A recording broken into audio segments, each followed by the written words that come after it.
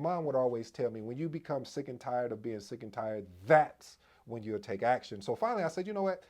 I'm tired of not understanding the goals. And the goals just kept moving. So I'm just being transparent with you, family. That was the reason why. Are you ready to unlock the secret to mastering time management as a project manager? If you are, you're going to want to stay tuned to today's episode.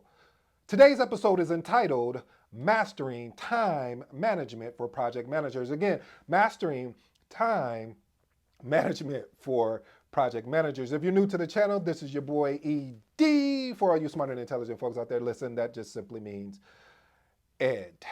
As you know, I have a 7-point framework. If you don't, I do. 7-point framework in which we basically from a 7-point focal point is focused on 7 key items that we believe, right or wrong, but it's mostly right, that we believe project managers should be looking at, adhering to, and eventually making adjustments. Everything that we say here is from the PMBOK or from other studies, as well as a decade of experience. Now that we got that out the way, let's work.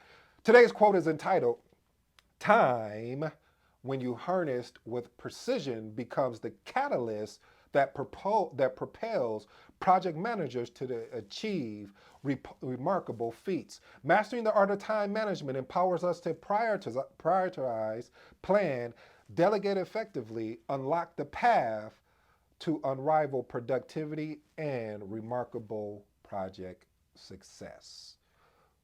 Point number 1, prioritization and goal setting. Family, when I first started off as a project manager, I didn't do this. Matter of fact, even the second year, I didn't do this. Okay, I'm gonna be honest, it's just you and I, right? The third year, I didn't even do this.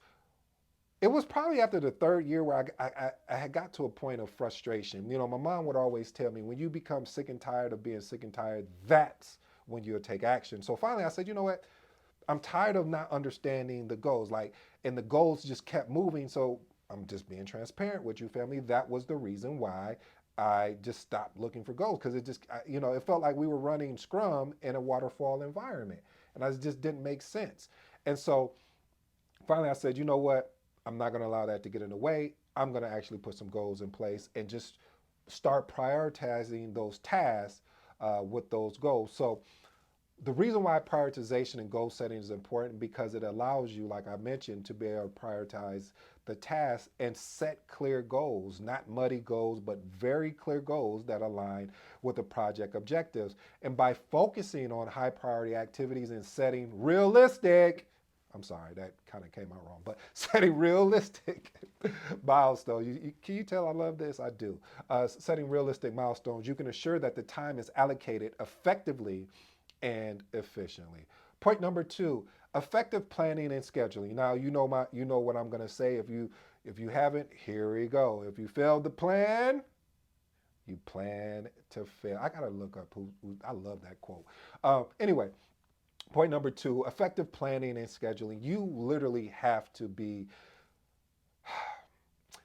always looking at like every day. You should be looking at your schedule every day, not just once in a, no, every day, because you want to make sure that the planning that you put in place, if there's an opportunity to pivot, and I said opportunity because most people don't like to pivot once they put this massive schedule together. Like, no, we are not moving, we're not adjusting anything. But well, what happened if you're not able to get a certain piece of equipment because of customs or because of delays from the manufacturer? So you have to be, your schedule at times will become fluid, even though you don't want it to. I'm not gonna lie, I hate changing it, but I know it's appropriate. I know it fits the situation, because you do a lot of upfront planning if you are an exceptional project manager. And sometimes you'll find out all of that upfront planning may have to get destroyed and you may have to start over, and you have to be willing to accept that and willing to make those adjustments and pivot.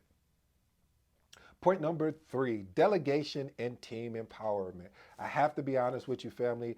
This is an area that I definitely struggle in. Not team empowerment. I excel there. Like, I'm always empowering the team and wanting to see them win, and you know, over communicating on things that I know other people only tell me once and expect for me to pick it up. And so, but I don't do what other people do now. I want to be fair across the board because remember, family, you are the coach. So you can't get your emotions involved in, well, dang, that person only sent me a message once and expect that it's supposed to happen, but I got to send multiple messages. This is why they pay you because you are the project manager. So but where I struggle at is delegation, because it's one of those things when you become a project manager, if you're not one already, it's you start developing. Hey, I'm just telling on myself. I'm just being honest though, family. You start developing a control thing. Like you're like, okay, we agreed on this. When are you going to deliver? Okay, next, you have a task item that you owe me. When are you going to deliver? And the delegation part comes in is like when I first had my very first project coordinator and we were working side by side and he one day he just tapped me. He was like, listen, Edward, man. I don't know why I'm here to support you. He was like, you're doing everything that I'm supposed to be doing. I said, I'm sorry, man. I'm just so used to it. But that's not an excuse to set you up for success. So I'll pull back. I said, let's start small and let's start with you doing meeting recaps and let me review it just to make sure that the notes that I have, if there's anything else I can add, and you can send it out, you can get so you can start looking, like the star that I see in you, the potential I see in you. So um, that's where I started trying to get better, family. But delegation for me is just like I just want to. I like creating a sense of urgency, and I learned that from Patrick Bet David when he said creating a sense of urgency. Like people like to hem and haw, they like to give me reasons why, and I'm like, you're focusing on all the wrong information. So I'll just rather go ahead and take it over. But that is not what makes you, that I found out you will just burn yourself out. So being able to delegate and have trust in your team that they'll actually deliver on what they said they were going to do. Time blocking and chunking, point number 4. I love this technique. So one of the things I do as a project manager, let's say I have meeting notes or I need to update the project plan. I will set a meeting for myself to update the project plan. Reason why I do that is because it minimizes the distraction and improves my focus because I'm only focusing on this thing here. There's nothing else that I need to focus on. And it also helps me when I'm following up with people to make sure the project deliveries are in place. But here's the chunking aspect. So when I'm looking to do some chunking, I may say, okay, uh, and when I say time blocking and chunking, I know some people look at those two different. I kind of align them together, but it's really more or less of creating your own space to work in, and then just go execute it in that time that you have. Don't do all these different things. There's a book out by Gary Keller. It's called The One Thing. Really excellent book. If you want to understand about trying to do 13 different things, it just doesn't work, family. I've tried it, and and I've even read where it says if let's say you had two items and you focus 100% into that item, or excuse me, if you had two items and you focus 60% over here on one item and 40% on the other, then it's like, well, what if you just took that 40% and just really threw everything into that, and you would get further and faster. So, anyway, let's go on to point number 5. Point number 5: effective what communication and meeting management. Listen, I hate to meet just to meet. You know how that is, family. People just be, hey, look, let me put a meeting on your calendar. You're like, okay. And there's no agenda. There's no purpose of what we're here to meet for. And you frustrated. You're like, what are we here to meet about? Oh, I just wanted to talk to you about my grandma. And she went down the street and she got a loaf of white bread. And then she went and got some jelly. And I'm like, hey, listen, respectfully, I mean, I don't know what you're working on, but I am super busy. And I would prefer that next time you meet with me that we have agenda or a purpose enclosed in the meeting invite, so I at least can be prepared to discuss with you as well as that we're not wasting each other's time. So making sure you find efficient communication and management techniques is going to be huge. Like I just gave you two: putting an agenda in the meeting invite as well as a purpose. And then on top of that, what you want to do, if you're leading the meeting, I haven't really seen the success that I believe you should get, because I'm noticing a lot more emails are coming through. But I also would send a email of saying, "Hey, this meeting is happening in the next hour. Here's all the information in the meeting invite." And the only reason why I didn't see that as effective as maybe pinging someone in Slack or Teams or one of those type of platforms is because you get abundance of emails sometimes, or you're copied on a lot of emails. You just you if you're following point number 4, when you're doing time blocking and chunking, you may say, okay, for the next 2 hours I have dedicated to answer all emails and follow up on stuff.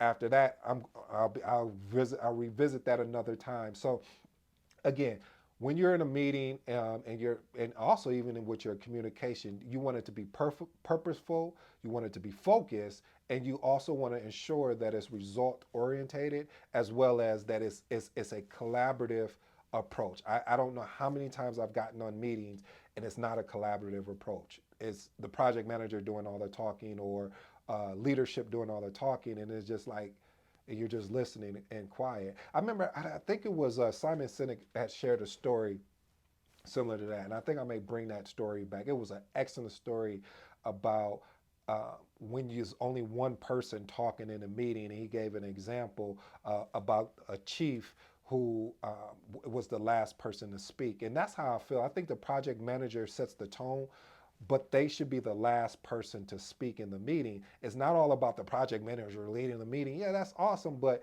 there's other aspects there that are required from the team. But when you're on a good collaborative team, you don't have to worry about that. You can lead the meeting knowing that they're going to jump in. And I've been on some amazing teams where they have just jumped in, and I was leading the meeting, but it was so good. It was so much good synergy and collaboration that it was like, psh, hey, I had no problem with it. Point number 6, proactive risk management. Listen, you have to understand um, risk management, because this is going to really save you time and preventing delays in your project. So the earlier you're able to identify risk, develop a mitigation plan, monitor that risk continuously, you can avoid a lot of setbacks. Last point, and this is one of my favorite, I probably should have started with this first, but it's continuous improvement and self-reflection.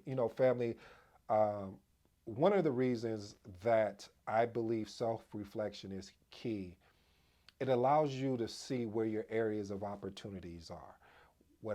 How I translate areas of opportunity, meaning what could I have done better there? How could have I handled, I recently had got frustrated, family. I mean, we're normal, and the frustration always comes from the expectation. It was a certain expectation that I had from a resource, and they weren't delivering, and it just kept happening over and over. And one thing, when you work in a matrix organization, a lot of times you can't just be like, all right, get him out of there, let me get this up. You have to go through a process, and going through that process, it wasn't fun, because I knew the resource could bring a lot to the table. It was just that we just weren't aligned, and that's fine, but we still got to figure out a way to work together. So what I got from that encounter, it was just, I have to do a better job of attacking the problem faster. And I'm already fast at attacking problems and creating a sense of urgency. But I probably could have nipped this in the bud earlier, as they would say. But I was trying to allow for that person to understand I'm for them and not against them. And you'll have that a lot as a project manager. Like, people will feel that you're trying to take the credit or take over, and it's not about neither one of those two, because I don't win unless you guys win. So I'm going to make sure you guys look so good that they're going to say, wow, you did all of that by yourself? Yeah, they did.